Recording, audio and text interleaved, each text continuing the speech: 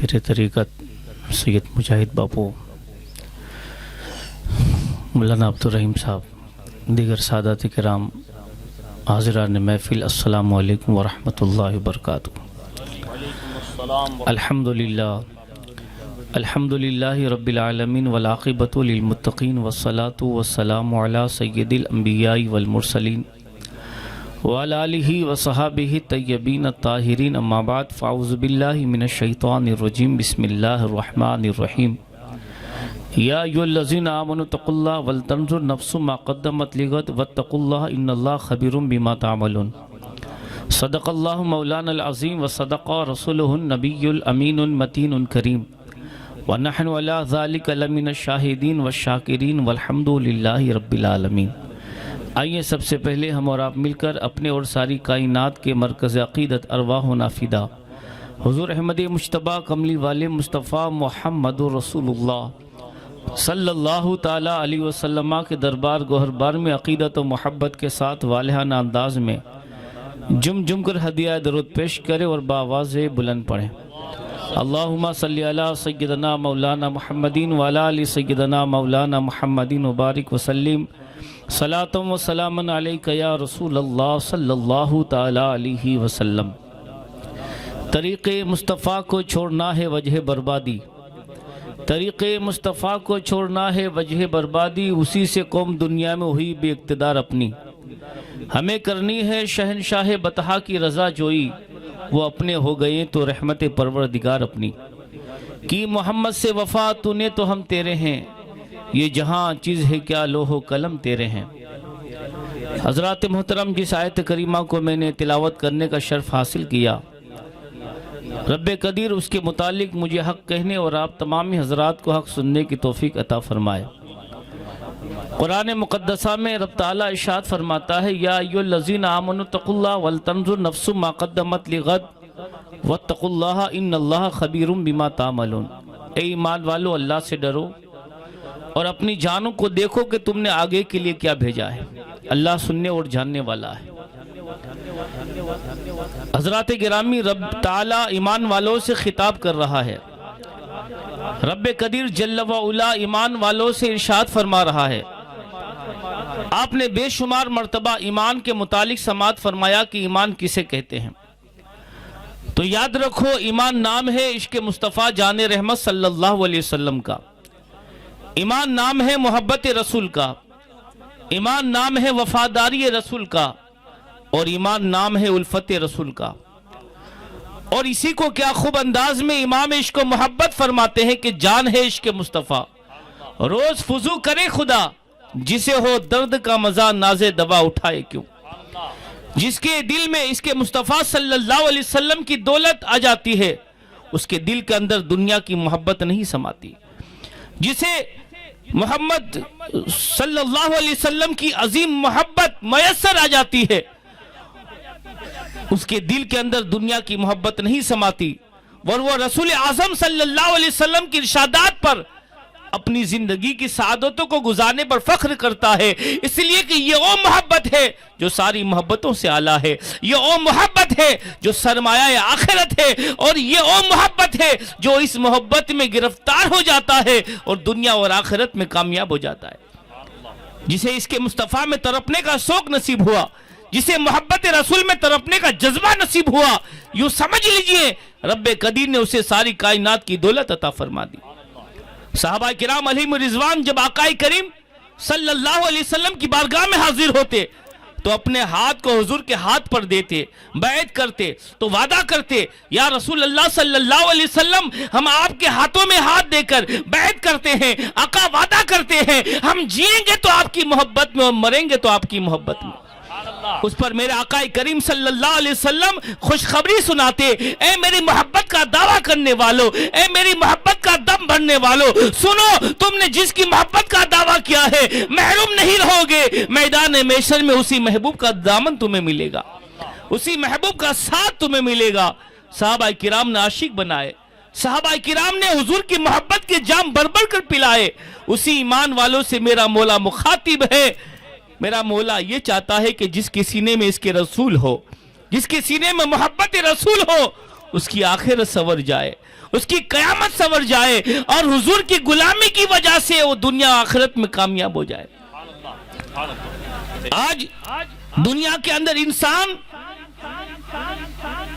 مال و زر کی بنیاد پر، جب وہ مال و زر کی وجہ سے اس کی عزت کی جاتی ہے، جب تک مال و زر رہتا ہے اس کی عزت رہتی ہے، لیکن مال و زر چلا جاتا اس کی عزت چلی جاتی ہے۔ آج دنیا کے اندر انسان کے پاس تخت و تاج ہوتا ہے، اس کی عزت رہتی ہے، لیکن تخت و تاج چلا جاتا ہے اس کی عزت بھی چلی جاتی ہے۔ آج دنیا کے بعد جاؤ حشمت اور شہرت ہوتی ہے، اس کی عزت ہوتی ہے، لیکن تخت و تاج اور جاؤ حشمت چلی جاتی ہے، اس کی شہرت چلی جاتی ہے، اس کی عزت بھی چلی جاتی ہے۔ لیکن یاد رکھیے، جو محمد عربی صلی اللہ علیہ وسلم کی غلامی کی نسبت سے اور آقا کریم صلی اللہ علیہ وسلم کی محبت کی نسبت سے جو عزت حاصل کرتا ہے، میرا مولا اسے دنیا میں بھی کامران کرتا ہے اور آخرت میں بھی معزز بنا دیتا ہے۔ آپ نے دیکھا نہیں، ایک لکڑی حضور سے محبت کرے تو جنت کا حقدار بن جائے، ایک درخت حضور سے محبت کرے جنت کا حقدار بن جائے، ایک جانور میرے آقا سے محبت کرے جنت کا حقدار بن جائے، ایک پتھر میرے آقا سے محبت کرے تو جنت کا حقدار بن جائے۔ ہم حضور کے غلام ہو کر اگر ایک بے جان چیزیں حضور کی محبت میں جنت کا حقدار بن سکتی ہے تو ہم تو حضور کے غلام ہیں۔ اگر ہم نے حضور کی سیرت پر عمل کرتے ہوئے زندگی کو گزارا تو اللہ ہمیں دنیا اور آخرت میں کامیابی عطا فرمائے گا۔ میرا آقا کریم صلی اللہ علیہ وسلم مسجد نبوی میں ہیں، جمعہ کا خطبہ دے رہے ہیں، نیا منبر بنا ہے۔ اس سے پہلے میرا آقا کریم صلی اللہ علیہ وسلم ایک کھجور کے سکھے ہوئے تنے پر ٹیک لگا کر جمعہ کا خطبہ دیا کرتے تھے، لیکن آج نیا منبر بنا ہے، وہ کھجور کا سکھا ہوا تنا الگ کر دیا گیا ہے۔ پہلا جمعہ ہے، میرا آقا کے لیے نیا منبر بنایا گیا ہے، میرا آقا اس پر بیٹھے، صحابہ سامنے ہیں، لیکن جیسے ہی حضور منبر پر بیٹھے کیا دیکھا کہ صحابہ سامنے ہیں، اچانک رونے کی آواز آ رہی ہے۔ صحابہ نے چاروں طرف دیکھا، رونے کی آوازیں آ رہی ہے، چاروں طرف دیکھا، رونے والا نظر نہیں آ رہا۔ صحابہ نے دیکھا، چاروں طرف دیکھا، رونے کی آوازیں آ رہی ہے، رونے والا نظر نہیں آ رہا ہے۔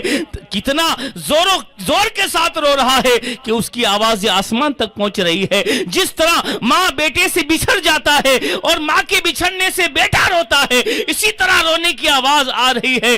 صحابہ بے چین ہیں، رونے والا کون ہے؟ اتنے میں میرا آقا کریم صلی اللہ علیہ وسلم منبر سے نیچے اترے، اور نیچے اترنے کے بعد وہ سکھا ہوا کھجور کا تنا وہاں پڑا تھا، میرا آقا نے اس کو اپنے سینے سے لگایا۔ سینے سے لگانا تھا کہ رونے کی آوازیں بند ہو جاتی ہے۔ میرا آقا واپس منبر پر بیٹھے، حضور نے فرمایا معلوم ہے صحابہ یہ کون رو رہا تھا؟ کہ اللہ اس کا رسول بہتر جانتا ہے، آقا ہمیں معلوم نہیں۔ تب میرا آقا کریم صلی اللہ علیہ وسلم نے فرمایا اے میرے صحابہ، یہ کھجور کا سکھا ہوا تنا تمہارے حبیب کی محبت کی جدائی میں رو رہا تھا۔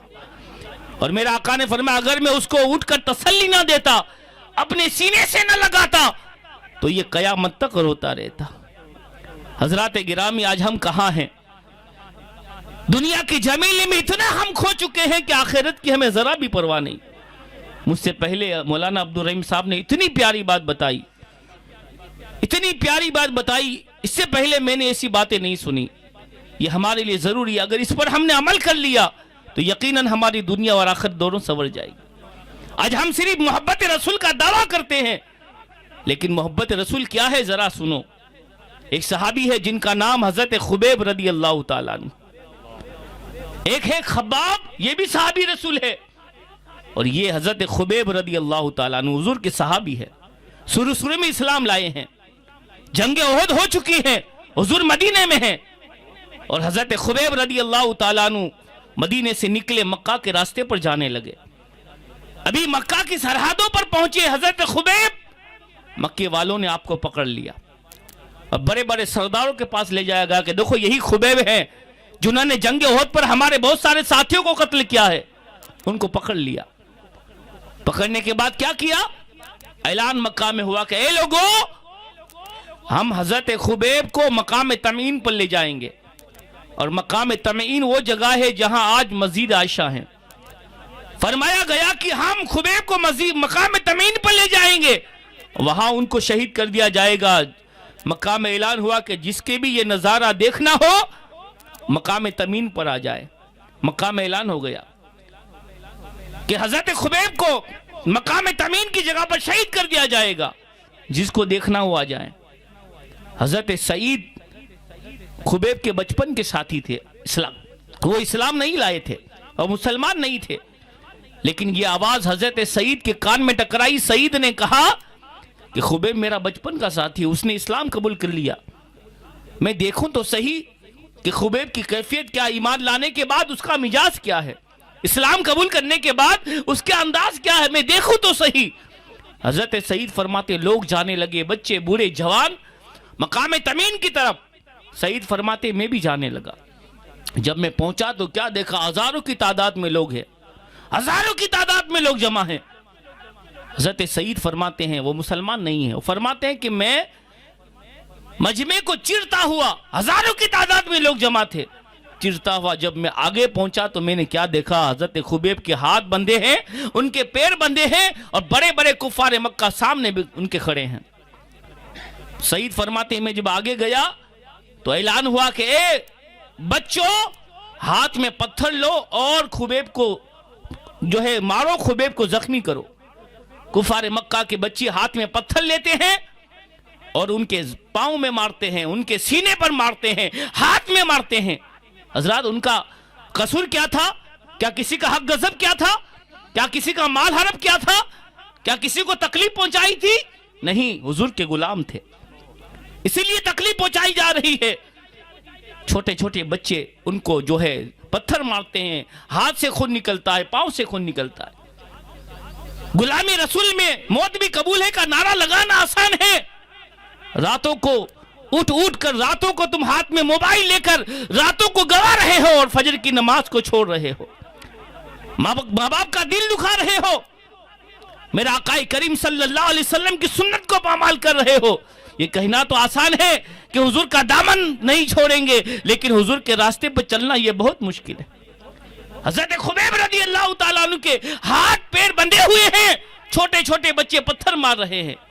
اسی درمیان میں ایک بدبخت آیا, اس نے حضرت خبیب سے کہا اے خبیب کیا اچھا ہوتا کہ تمہارے جگہ تمہارے آقا محمد عربی ہوتے اور تمہیں آزاد کر دیا جاتا, کیا اچھا ہوتا تمہاری جگہ محمد عربی کو باندھ دیا جاتا. اتنا سننا تھا. خبیب کی آنکھوں میں خون اتر آیا, خبیب کو جلال آ گیا. حضرات گرامی خبیب نے کہا نادان, تو یہ کہتا ہے کہ میری جگہ میرے آقا ہو اور مجھے آزاد کر دیا جائے. سن لے, میں تو یہ چاہتا ہوں کہ میرے جسم کی بوٹی بوٹی کو الگ کر دیا جائے اور میرے محبوب کے پاؤں میں کانٹا بھی نہ چوبے. میں تو یہ کہتا ہوں کہ میرے جسم کی بوٹی الگ ہو جائے اور میرے آقا کریم صلی اللہ علیہ وسلم کے پاؤں میں کانٹا بھی نہ چوبے. حضرات گرامی جب یہ جملے سنے تو کفار مکہ میں سے کسی نے کہا جلدی اسے شہید کر دو ورنہ اس کے جملے سن کر لوگ اسلام قبول کر لیں گے. حضرات گرامی ان کو جو ہے اب کہا اے خبیب تمہاری آخری وقت ہے, تمہیں شہید کر دیا جائے گا. اے خبیب تمہاری آخری وصیت ہو تو بیان کرو, تمہاری آخری وصیت کیا, آخری خواہش کیا ہے, آخری آرزو کیا ہے تمہاری, آخری آرزو بیان کرو. آج کا انسان ہوتا تو سامنے موت دے کر کہتا مجھے چھوڑ دو, میں اتنے پیسے دے دوں گا, میں یہ دے دوں گا. لیکن حضرت خبیب فرماتے ہیں میری آخری آرزو یہ ہے, میری آخری خواہش یہ ہے کہ مجھے 2 رکعت نماز پڑھنے کی اجازت دے دی جائے. موت سامنے ہے, نماز کا دامن نہیں چھوٹ رہا ہے. 2 رکعت نماز پڑھنے کی اجازت. جب 2 رکعت نماز پڑھنے کی اجازت مل گئی تو حضرت خبیب رضی اللہ تعالیٰ عنہ کی عادت تھی کہ نماز کو وہ جو ہے آہستہ آہستہ پڑھتے تھے, اچھے سکون کے انداز میں نماز پڑھتے تھے. لیکن آج جو 2 رکعت نماز پڑھنے کی اجازت دی گئی تو حضرت خبیب نے جلدی 2 رکعت نماز پوری کی. کسی نے کہا اے خبیب تم تو نماز پڑھتے تھے تو آہستہ آہستہ سکون سے پڑھتے تھے, لیکن آج تم نے 2 رکعت نماز پڑھی جلدی ختم کر لی. اے خبیب اس کی وجہ کیا ہے؟ تو حضرت خبیب نے کہا سنو, میں تو آہستہ آہستہ پڑھتا تھا لیکن جلدی اس لیے پڑھی تاکہ تم یہ نہ سمجھو کہ میں جان بچانے کے لیے نماز کو لمبی کر رہا ہوں, میں آہستہ آہستہ پڑھ رہا ہوں. حضرات گرامی نماز کی حالت میں ان کو شہید کر دیا گیا۔ سعید آپ کے بچپن کے ساتھی نے دیکھا کہ اسلام لانے کے بعد ان کی کیفیت یہ ہوتی ہے، اسلام لانے کے بعد ان کی دل کے حالات یہ ہوتے ہیں۔ حضرت سعید نے جب یہ منظر دیکھا ان کے دل میں بھی اسلام کی محبت پیدا ہونے لگی۔ اور سعید فرماتے ہیں کہ حضرت خبیب کی شہادت کے بعد آپ مکہ سے مدینہ منورہ کے راستے پر چل پڑے۔ حضرت سعید جو ہے مدینہ منورہ پہنچے، حضور کی بارگاہ میں پہنچے اور کہا یا رسول اللہ مجھے کلمہ پڑھ کے اسلام میں داخل کر لیجیے۔ نام لینا، نعرہ لگانا آسان ہے کام، حضور کے غلام ہیں۔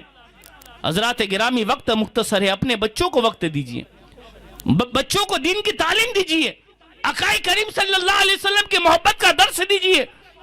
دیکھیے وقت دینے سے بچے جو ہے سنورتے ہیں۔ اور میں آپ کو بتاؤں آج ہم کہتے ہیں کہ نماز پڑھو، کا وقت نہیں ہے ہمارے پاس۔ میرا آقا کریم صلی اللہ علیہ وسلم سے زیادہ کون مصروف ہوگا؟ حضور سے زیادہ کون مصروف ہوگا اس دنیا کائنات کے اندر؟ لیکن میرے آقا نے اپنی زندگی کے 4 حصے کیے تھے۔ ایک حصہ صرف خالق کے لیے، رات کو اٹھ کر میرے آقا سجدہ کرتے، قیام کرتے، یہاں تک کہ آپ کے پاؤں میں ورم آ جاتا۔ ایسا صدیقہ رضی اللہ تعالیٰ عنہ فرماتی ہے آقا تھوڑی دیر آرام بھی کیجئے، پاؤں میں ورم آ چکا ہے۔ میرے آقا فرماتے اکونا افلا عبدن شکورا، اے عائشہ کیا میں اللہ کا شکر گزار بندہ نہ بنوں جس نے مجھے ساری جو ہے نبیوں کا امام بنا کر بھیجا۔ ساری رات میرے آقا جاگتے۔ اور حضرات گرامی وقت دینے سے وقت ہوتا ہے۔ اور حضرت امام زین العابدین فرماتے ہیں کہ مجھے نماز تہجد میرے باپ نے سکھائی تھی۔ امام حسین کو نماز تہجد پڑھتا دیکھا تو زین العابدین فرماتے ہیں کہ میں نماز تہجد اپنے باپ سے سیکھی ہے۔ اور امام حسین نے اپنی ماں سیدہ فاطمہ کو سجدے میں دیکھا، اور فاطمہ نے ساری رات اپنے باپ آقا کریم کو سجدے میں دیکھا۔ گھروں سے سجدوں کا ماحول ہوا۔ جب گھروں میں سجدوں کا ماحول ہوا تو بیٹے امام حسین بنتے نظر آتے ہیں۔ حضرات گرامی بختیار کاکی رحمت اللہ تعالی علیہ 8-10 سال کی عمر ہے، ماں نے مدرسے میں بھیجا، مدرسے میں گئے، استاد نے پڑھو تو آپ نے اعوذ باللہ بسم اللہ پڑھا، الحمدللہ پڑھا، پہلا سپارہ پڑھا، دوسرا سپارہ، یہاں تک کہ آپ نے 14 سپارے بزبان سنا دیے۔ استاد نے کہا بیٹے 14 سپارے کا 15واں سپارہ نہیں؟ کہا نہیں، میں کسی مدرسے میں نہیں گیا، کسی استاد کے پاس نہیں گیا، بلکہ میں اپنی ماں کے گود میں ہوتا تھا۔ میری ماں مجھے گود میں لے کر 14 سپارے کا ورد کیا کرتی تھی، میں ماں کی گود میں لے کر جو ہے ماں 14 سپارے کا ورد کرتی تھی، اور میں نے اسی گود میں 14 سپارے کو یاد کر لیا۔ حضرات گرامی ہمیں بچوں کو وقت دینا ہوگا، رات کو اٹھ کر حضور کے ترانے سنانے ہوں گے، صحابہ رسول کے نغمے سنانے ہوں گے۔ حضرات گرامی ایک استاد نے بچوں سے پوچھ لیا، اے بچے تو بڑا ہو کر کیا بنے گا؟ ایک نے کہا میں عالم بنوں گا۔ استاد نے دوسرے سے پوچھ لیا تو کیا بنے گا؟ کہا میں بڑا ہو کر عالم جو ہے حافظ بنوں گا۔ ایک سے پوچھا تو کیا بنے گا؟ کہا میں ڈاکٹر بنوں گا۔ ایک سے پوچھا تو کیا بنے گا؟ کہا میں وکیل بنوں گا۔ اب استاد نے ایک بچے سے پوچھ لیا، اے بچے بتا تو بڑا ہو کر کیا بنے گا؟ تو بچہ کہتا ہے میں بڑا ہو کر صحابی رسول بنوں گا۔ اتنا سننا تھا، استاد کی آنکھیں پھٹی کی پھٹی رہ گئی۔ استاد نے کہا بچے صحابی اس کو کہتے ہیں جس نے ایمانی حالت میں حضور کو دیکھا ہو، اور تو 1400 صدیوں کے بعد کہہ رہا ہے کہ میں صحابی رسول بنوں گا۔ اے بچے بتا تیرے اندر یہ شوق جذبہ کہاں سے پیدا ہوا؟ تو بچہ کہتا ہے کہ اے استاد یہ سنو، جب رات کا وقت ہوتا ہے میری ماں روزانہ ایک صحابی رسول کا قصہ سنا کر مجھے سلاتی ہے، روزانہ ایک صحابی رسول کا قصہ سناتی ہے، محبت رسول کی ترانے سناتی ہے، اور یہ قصے سنتے سنتے میرے دل میں جذبہ پیدا ہوا کہ میں بھی صحابی رسول بن جاؤں۔ حضرات گرامی وقت دینے سے وقت ہوتا ہے، ہم اپنے بچوں کو دین کی تعلیم دیں، انہیں آخرت کے بارے میں حضور کی محبت کے ترانے سنائیں۔ اور حضرات گرامی جب ہم حضور کے صحابی کے نغمے سنائیں گے، آقا کی محبت کے نغمے سنائیں گے، آج فتنوں کا دور ہے، کوئی صدیق اکبر کے بارے میں بولے گا، کوئی فاروق اعظم کے بارے میں زبان دراز کرے گا، تو جس ماں نے اپنے بچے کو صحابی رسول کی محبت کا درس دیا ہوگا تو کوئی صدیق اکبر کے بارے میں زبان دراز کرے گا تو سننے والا اس کی زبان نہ کھچلے گا، یہ نہ کہے گا میری ماں تو یہ کہتی تھی کہ صدیق وہ ہے جس کے بارے میں حضور نے فرمایا ہے کہ جو ہے میں نے سب کو اسلام قبول جو ہے دعوت دی، سب نے یہ کہا ہم غور و فکر کے بعد اسلام قبول کریں گے، لیکن صدیق وہ ہے جس کو میں نے اسلام کی دعوت دی، صدیق نے اسلام کی دعوت کو فوراً قبول کر لیا۔ حضور جو ہے وہ کہے گا میری ماں تو یہ کہتی تھی کہ آقا نے فرمایا کہ صدیق وہ ہے کہ میں نے تمام کے احسان کا بدلہ چکا دیا، لیکن میں نے صدیق کا بدلہ نہیں چکایا، میری طرف سے اللہ تعالیٰ قیامت کے دن اس کا بدلہ عطا فرمائے گا۔